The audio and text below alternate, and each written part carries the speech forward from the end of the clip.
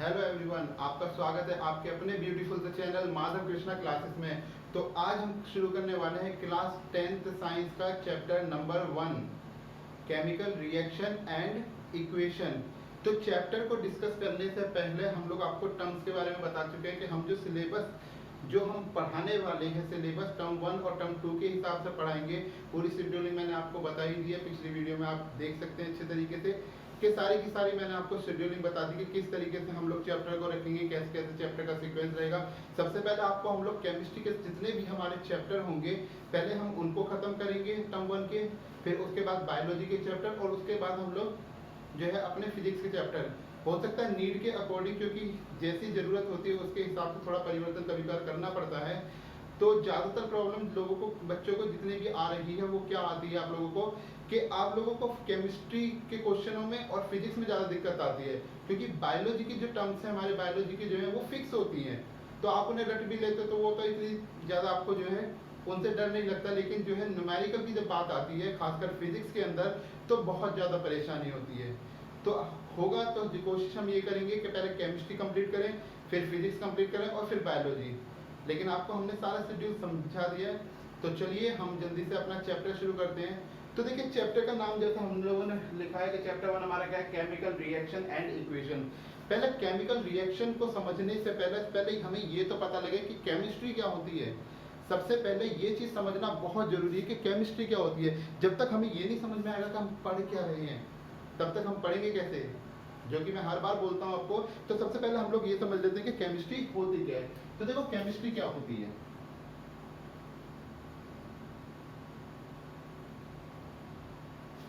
जब हम किसी चीज को थियोरेटिकल और एक्सपेरिमेंटली स्टडी करते हैं, जिसमें हम उसका आइसोलेशन कर रहे हैं, उसका सेपरेशन कर रहे हैं, उसका जो है कंपोजिशन कर रहे हैं, प्रीपोजिशन कर रहे हैं, उसका प्रिपरेशन कर रहे हैं, उसकी प्रॉपर्टीज को डिस्कस कर रहे हैं, ये सारी टर्म्स जो हम यहाँ पर डिस्कस करते हैं इसी को हम लोग क्या बोलते हैं, केमिस्ट्री बोलते हैं। तो केमिस्ट्री क्या है हमारा, when we study the theoretical and experimental of isolation,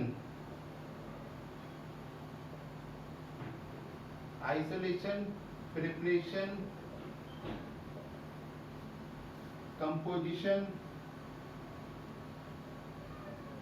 etc। जब हम इन सब चीज़ों को क्या करते हैं, जब हम इन सब चीज़ों की स्टडी करते हैं तब हम लोग बात करते हैं यहाँ पर किसकी, अपनी केमिस्ट्री के बारे में। तो चलिए केमिस्ट्री के आगे हमने ये तो समझ लिया कि केमिस्ट्री होती क्या है। अब केमिकल के बारे में पढ़ने के लिए सबसे पहले हम लोगों ने 9th क्लास में कुछ टर्म पढ़ी थी जिसका नाम क्या था, physical change and chemical change. तो सबसे पहले हम लोग थोड़ा उसको रिकॉल कर लेते हैं, क्योंकि केमिस्ट्री बहुत बेस करती है हमारी इस बात के ऊपर कि हम लोग जो है हमारा केमिकल चेंज किसे कहते हैं और हम लोग फिजिकल चेंज हमारा क्या होता है। जब तक हमें इसके बारे में नहीं पता होगा तब तक हम केमिस्ट्री को अच्छे से नहीं समझ सकते। तो हम सबसे पहले बात कर लेते हैं chemical change and physical change.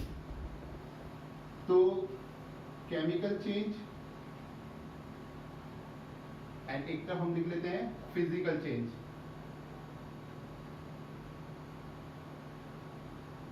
तो केमिकल चेंज क्या होता है, सबसे पहले हम लोग बात कर लेते हैं केमिकल चेंज के बारे में। तो केमिकल चेंज क्या होता है हमारा, व्हेन वी रिएक्ट, जब भी हम दो या दो से ज्यादा कंपोनेंट को आपस में मिलाते हैं और उससे हमारा कुछ नया प्रोडक्ट फॉर्म्ड होता है तो उसको हम बोलते हैं केमिकल चेंज। ठीक है, क्या बात हम लोगों ने कही, केमिकल चेंज क्या होता है, a new substance is produced is known as chemical change. कि कोई नया सब्सटेंस हमारा क्या हो रहा है, प्रोड्यूस हो रहा है, उसको हम लोग क्या कहते हैं, केमिकल चेंज कहते हैं। फिजिकल चेंज क्या हो जाएगा, नो न्यू सब्सटेंस फॉर्म, कि हमारा फिजिकल चेंज के अंदर कोई भी नया सब्सटेंस फॉर्म नहीं होगा। हमारी जो केमिकल रिएक्शन होती है, केमिकल चेंज जो हमारा होता है, it is the permanent change.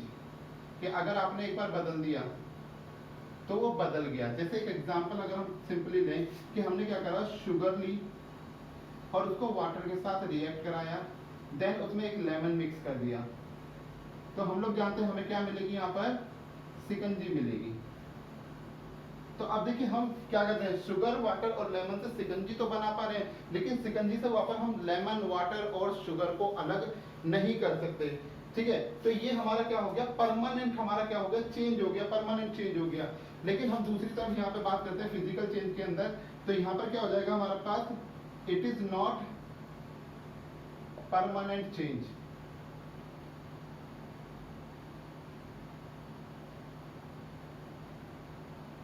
और टेम्परेरी चेंज।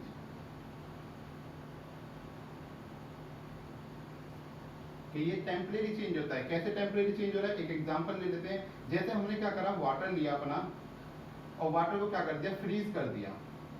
जब फ्रीज करेंगे तो उसकी आइस बन जाएगी।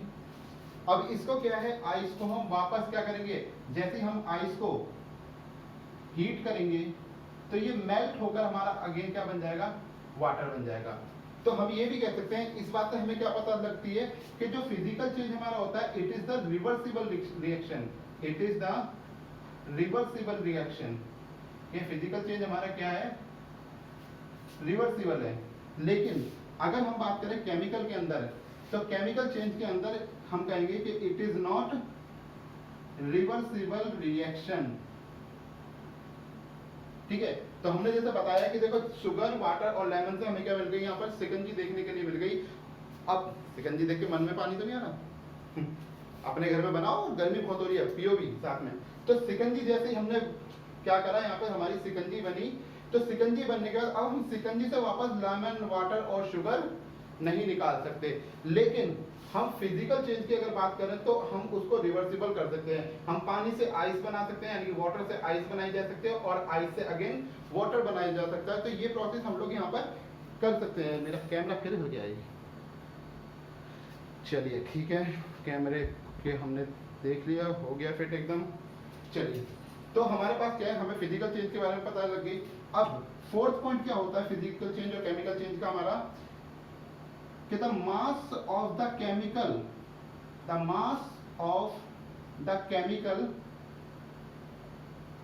is change। केमिकल रिएक्शन के अंदर हमारे पास जब केमिकल चेंज होता है, यानी कि कोई रिएक्शन होती है, तो उस कंडीशन में हमारा क्या होता है, जो केमिकल रिएक्शन का जो मास होता है वो भी बदल जाता है। कैसे बदल जाता है, एक एग्जांपल लेके चलते हैं। जैसे मानिए हमारे पास में कार्बन है प्लस ऑक्सीजन है, तो कार्बन अपने में अकेला है, ऑक्सीजन अपने में अकेला है, लेकिन जैसे ही हम इसको रिएक्ट कराते हैं तो हमारे पास क्या बनती है, कार्बन डाइऑक्साइड। तो कार्बन डाइऑक्साइड हमारी क्या हो गई, एक तो चेंज हो रहा है, ऊपर से क्या होगा, इसका मास और इसका मास बिल्कुल ही डिफरेंट होगा। लेकिन इसकी कंडीशन में हम बात करें तो क्या कहेंगे, in physical change mass does not change, कि मास हमारा चेंज नहीं होता। क्यों, आपने देखिए वाटर लिया होगा, मान के चलिए 100 ग्राम ऑफ वाटर को आपने फ्रीज करा होगा, तो फ्रीज करने के बाद आइस का वेट भी आपका कितना होगा, 100 ग्राम ही होगा। और फिर जब आप 100 ग्राम को क्या करोगे, आप इसको नॉर्मल टेम्परेचर में रूम टेम्परेचर पर रख दोगे। रूम टेम्परेचर कितना होता है हमारा, 20 डिग्री सेल्सियस। तो जब आप रूम टेम्परेचर पे इसको आइस को रख दोगे तो ये बस हमारा वाटर बनके तैयार हो जाएगा और कोई हमारा वजन इसमें से घटेगा नहीं। हमारा जैसा उसका मास होगा, जैसा उसका द्रव्यमान होगा, वो वैसा का वैसा ही रहेगा, ठीक है। तो आप इसको उतार लीजिए, जिसको केमिकल चेंज और फिजिकल चेंज के थोड़े डिफरेंस लिखने हैं वो इसको जल्दी से उतार लीजिए। अरे सर ये 9th क्लास का क्यों पढ़ा रहे हैं हमको, ये पढ़ना बहुत जरूरी है, तो इसको बड़े ध्यान से नोट कर लीजिए। तो मैं इसको इरेज कर रहा हूँ, आप वीडियो को पॉज करके इसको नोट कर सकते हैं। तो 1 2 3 4 5।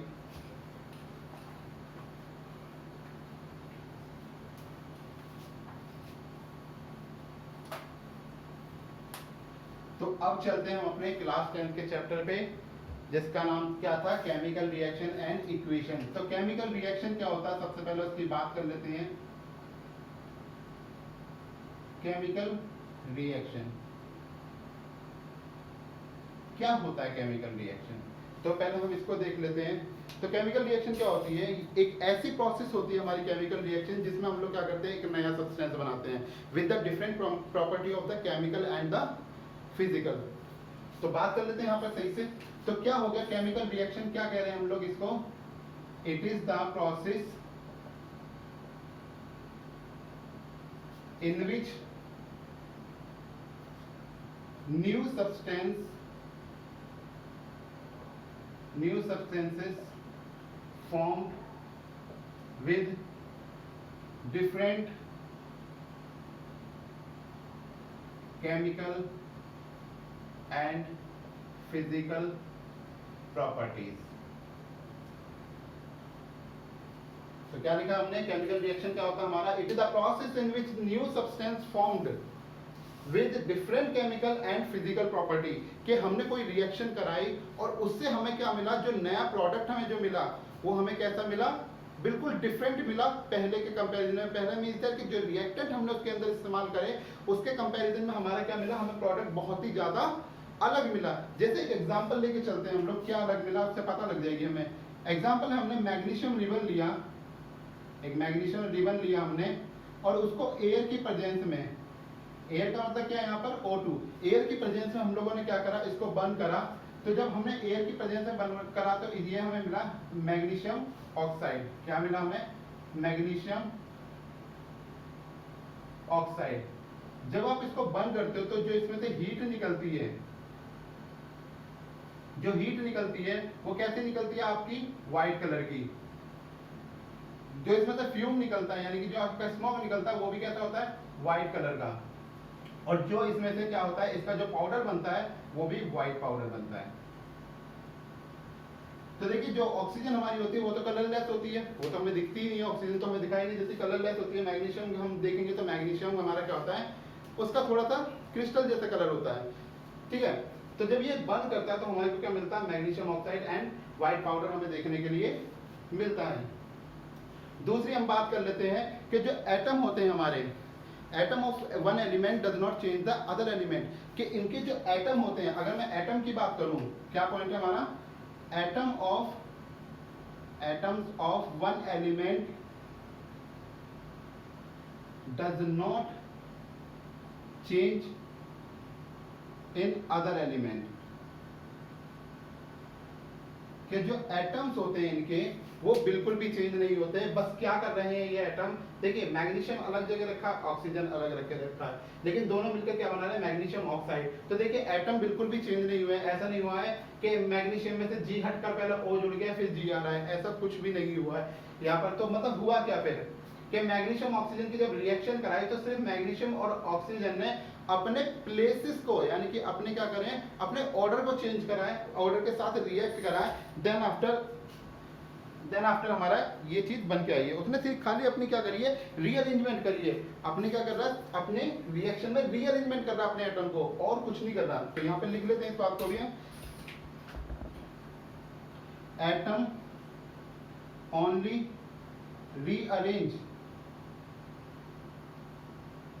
रीअरेंजमेंट ऑफ देयर सेल्फ, अपने आप को क्या कर रहा है, रीअरेंज कर रहा है। तो आप इसे नोट डाउन कर लीजिए पहले। तो देखिए केमिकल रिएक्शन के बारे में हम लोगों ने क्या पढ़ लिया, एक ऐसी प्रोसेस है जिसमें एक नया सब्सटेंस हमारा फॉर्म्ड हो रहा है। अब वो नया सब्सटेंस कुछ भी हो सकता है, जिसके डिफरेंट केमिकल प्रॉपर्टीज होंगी, डिफरेंट फिजिकल प्रॉपर्टी होंगी। जैसे एक एग्जांपल मैं आपको फिजिकल एग्जांपल दिखाता हूँ। फिजिकल एग्जांपल क्या है, जैसे आपने कर्ड, आपने मिल्क लिया। अब मिल्क जानते हैं, मिल्क टेस्ट में कैसा होता है, थोड़ा सा मीठा मीठा सा लगता है, यानी कि थोड़ी सी उसमें शुगर की मात्रा होती है तो थोड़ा मीठा सा लगता है। लेकिन वही मिल्क जब हम लोग क्या कर देते हैं, उसको जब कर्ड में कन्वर्ट करते हैं तो उसकी देखिए मिल्क होता है लिक्विड शेप में, और कर्ड की थोड़ी सी क्या हो जाती है, हम कह सकते हैं एक तरीके के उसकी एक्वस फॉर्म बन जाती है, हम इसको लिक्विड ही कह सकते हैं, एक्वस फॉर्म बन जाती है। अब कर्ड में क्या होता है हमके कि मिल्क में तो शुगर पाया जा रहा था और कर्ड में आपका लैक्टिक एसिड पाया जाता है। तो देखिए इसकी केमिकल प्रॉपर्टी चेंज हो रही है, पहले शुगर जैसा टेस्ट दे रहा था, मीठा मीठा सा टेस्ट दे रहा था, अब कैसा दे रहा है, लैक्टिक एसिड यानी कि खट्टा सा टेस्ट देना शुरू कर देता है। तो सबसे बेस्ट एग्जांपल है हमारे लिए कि केमिकल रिएक्शन के अंदर कि किस तरीके से उसकी देखो, एक तो इसकी अपीयरेंस चेंज हुई, अपीयरेंस कैसी, पहले लिक्विड था अब एक्वस हो गया, तो क्या हुआ, फिजिकल प्रॉपर्टी चेंज हो गई। दूसरा क्या है कि पहले शुगर यानी कि मीठा मीठा था, अब क्या हो गया, लैक्टिक एसिड प्रोड्यूस कर दिया, तो क्या हो गया उसके अंदर खट्टा खट्टा सा आ गया, इसका मतलब उसकी केमिकल प्रॉपर्टी भी क्या हो गई है, चेंज हो गई है। तो आप इसे नोट डाउन कर लीजिए। जल्दी से। हम तो केमिकलों को मिला के मतलब कुछ नहीं करेंगे, केमिकल ही रखेंगे। तो आई होप तो आपने इसको नोट डाउन कर लिया होगा। इसको मैं इरेज कर रहा हूँ। नेक्स्ट हम लोग बात करते हैं इसकी कि व्हाट इज रिएक्टेंट। अब केमिकल तो बने, जैसे हमने एक एग्जांपल लिया था कि मैग्नीशियम को हमने क्या करा था, रिएक्ट कराया था ऑक्सीजन के साथ और हमारे को क्या मिला था, मैग्नीशियम ऑक्साइड। तो देखिए रिएक्टेंट, अब इसको क्या बात करेंगे, इसको क्या नाम दिया जाएगा। जो लोग इसमें क्या कर रहे हैं, केमिकल रिएक्शन में पार्टिसिपेट कर रहे हैं, उनका नाम क्या होता है, उनका नाम होता है रिएक्टेंट। और जो नई कंस्ट्रक्शन हमारे पास बन के आ रही है, नई चीज हमारे पास बन के आ रही है, उसको हम बोलते हैं प्रोडक्ट। तो रिएक्टेंट क्या होता है, उसकी डेफिनेशन देख लेते हैं। रिएक्टेंट क्या होता है, it is the raw material which take part in the chemical reaction. Chemical reaction. तो रिएक्टेंट क्या होता है, it is the raw material which take part in the chemical reaction. जो भी हम लोग सामान होते हैं, जो भी एलिमेंट हमारे पास में होते हैं, उन एलिमेंट से हम लोग क्या कर रहे हैं, जो रिएक्शन करने वाले हैं उन एलिमेंट को इकट्ठा करते हैं। जो एलिमेंट हमारे पास में होते हैं उन एलिमेंट को हम लोग क्या कहते हैं, यहाँ पर रिएक्टेंट कहते हैं। प्रोडक्ट क्या होता है, नेक्स्ट हम लोग बात कर लेते हैं प्रोडक्ट की।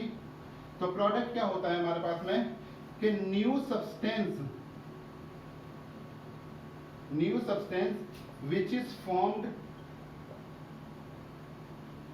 which is formed after the chemical process is known as product। तो क्या कहा हमने कि जो नया सब्सटेंस हमें केमिकल प्रोसेस के बाद में, नया सब्सटेंस जो हमें यहाँ पर देखने के लिए मिला है, उसको हम लोगों ने क्या कहा, यहाँ पर प्रोडक्ट कहा है। ठीक है, तो हमारे पास क्या हो गया, रिएक्टेंट का मतलब क्या होगा, जो रॉ मटेरियल उसमें पार्टिसिपेट कर रहे हैं उसको हम लोग क्या कह रहे हैं, रिएक्टेंट कह रहे हैं। और जो रिएक्टेंट हमारा क्या हो रहा है, नया सब्सटेंस बनाने में हमारी हेल्प कर रहे हैं, जो नया सब्सटेंस बन के हमारे पास में आ रहा है उसको हम लोग क्या कह रहे हैं, प्रोडक्ट कह रहे हैं। तो आप इसे उतार लीजिए, देन आफ्टर हम शुरू करते हैं अपनी कैरेक्टरिस्टिक्स। तो वीडियो को पॉज करके आप लोग इसको उतार लीजिए। मैं रेस कर रहा हूं इसको 1 2 3 4 एंड 5। सोचेंगे तुम्हें प्यार करेंगे नहीं। अरे सर कहाँ को प्यार की बात कर रहे हैं। तो देखिए अब आगे हम लोग बात करते हैं यहाँ पर अपनी कैरेक्टरिस्टिक्स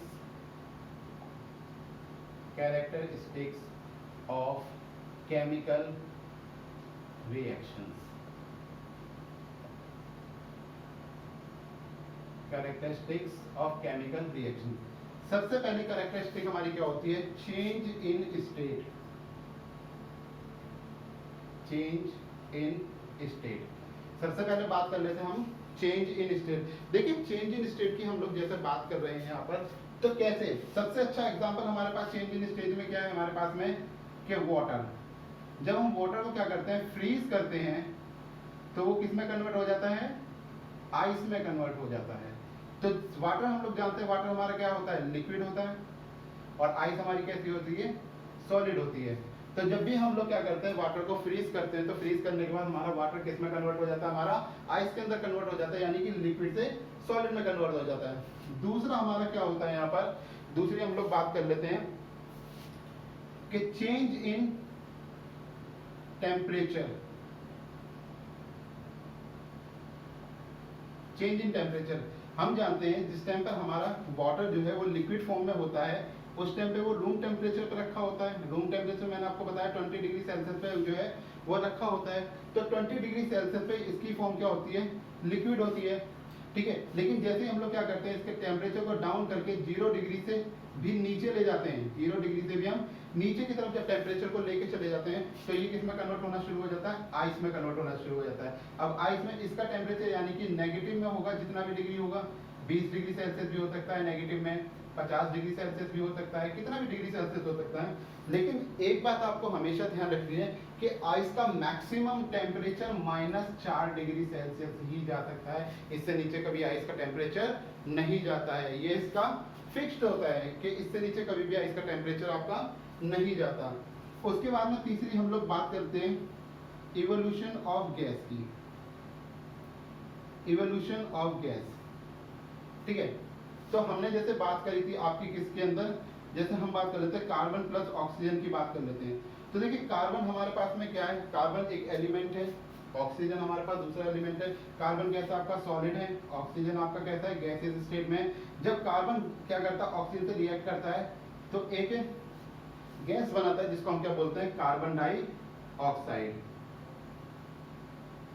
क्या गैस बनाता है कार्बन डाइऑक्साइड, जो कि किस कलर की होती है आपकी ब्लैक कलर की होती है। और जब ये ब्लैक कलर की कार्बन डाइऑक्साइड उठती है तो इसमें से बहुत ही पंजेंट सी स्मेल आती है, एक बहुत ही गंदी सी स्मेल आती है जो कि हमारी सांस को रोकने का काम करती है। अर्थात हमारे क्या करती है, हमें ह्यूमिडिटी पैदा करती है हमारे अंदर, हमें गर्मी करती है हमारे अंदर पैदा, जिसके से हमारा दम घुटने लगता है, सफोकेशन हमें फील होता है। और हमारे चांसेस है अगर हम ऐसे रूम में कहीं पे बंद हो जाए जहाँ पे बहुत सारी कार्बन डाइऑक्साइड भरी हुई है तो पूरे चांसेस है कि हम मर भी सकते हैं, उससे पहले हम अनकॉन्शियस हो सकते हैं, कुछ भी यहाँ पे कंडीशन हमारी हो सकती है। तो इवोल्यूशन ऑफ गैस में हमने देखा कि कार्बन और ऑक्सीजन को जब रिएक्ट करते हैं तो एक हमारे पास में नई गैस निकलती है जिसको क्या बोल रहे हैं हम कार्बन डाइऑक्साइड बोल रहे हैं। चौथा हमारे पास में क्या है, हमारे पास यहाँ पे चौथी स्टेट की अगर हम लोग बात करें तो देखिए चौथी स्टेट है हमारे पास में चेंज इन द कलर। चौथा क्या है हमारे पास में चेंज इन द कलर। अब कलर में चेंज की बात कर लेते हैं। तो देखिए इसके लिए सबसे बेस्ट एग्जांपल आप अगर लेना चाहेंगे तो आप इससे भी ले सकते हैं कि कार्बन जो होता है हमारे पास में, जैसे मैंने बताया कि कार्बन हमारे पास में क्या है सॉलिड है, ये कैसे कलर का होता है ब्लैक कलर का। कार्बन हम सभी ने देखा हुआ है, डेली लाइफ में देखते हैं हम लोग। ऑक्सीजन क्या होता है कलरलेस होता है हमारा, जो दिखाई भी नहीं देता हमें। और कार्बन डाइऑक्साइड ब्लैक कलर में तो होता है पर वो इसके कंपैरिजन में लाइट ब्लैक होता है। अगर आप कार्बन के कंपैरिजन में जलने के बाद उसे देखोगे तो वो क्या हो जाएगा आपका, sorry not a light black, it's a darkest black. इसके कंपैरिजन में आपका क्या हो जाएगा डार्केस्ट ब्लैक हो जाएगा, ठीक है। नहीं तो सबसे अच्छा एग्जांपल मैं आपको कुकिंग के बारे में बताता हूँ कि जैसे आप लोग देखिए आपके घरों में जो है आपकी जो मदर क्या करते हैं कुक्ड करती हैं, तो उस केस में आप अपने रॉ मटेरियल में क्या करिए पोटैटो ले लीजिए। अब पोटैटोस क्या होता है जब आपने उसका पील करा होगा, उसका छिक्कर जब आपने उतारा होगा उस समय पर पोटैटो कैसा होता है आपका व्हाइट सा होता है। लेकिन आफ्टर बॉइलिंग जब आप उसको बॉइल कर देते हो तो उसका कलर कुछ येलो सा हो जाता है। तो क्या हो रहा है आपका कि रिएक्शन के बाद में आपका चेंज इन कलर है, आपकी कलर क्या हो रहा है बदल रहे हैं, ठीक है। तो ये सारे हमारे क्या हैं कैरेक्टरिस्टिक है केमिकल रिएक्शन के, ये हमारे में चेंजेस हमें देखने के लिए मिलते हैं। तो आगे की जो चीज़ें हम लोग अगले लेक्चर में पढ़ेंगे, तो आप लोग पढ़ते रहिए और ध्यान रखिए जब तक आप लोग इनको पढ़ के और आप जब तक प्रैक्टिस नहीं करेंगे, इनको रिवाइज नहीं करेंगे, तब तक आपको केमिस्ट्री या फिजिक्स या साइंस का कोई भी चैप्टर समझ में नहीं आना। तो आप लोग पढ़ते रहिए, इनकी रिवीजन करते रहिए। All the very best, thank you.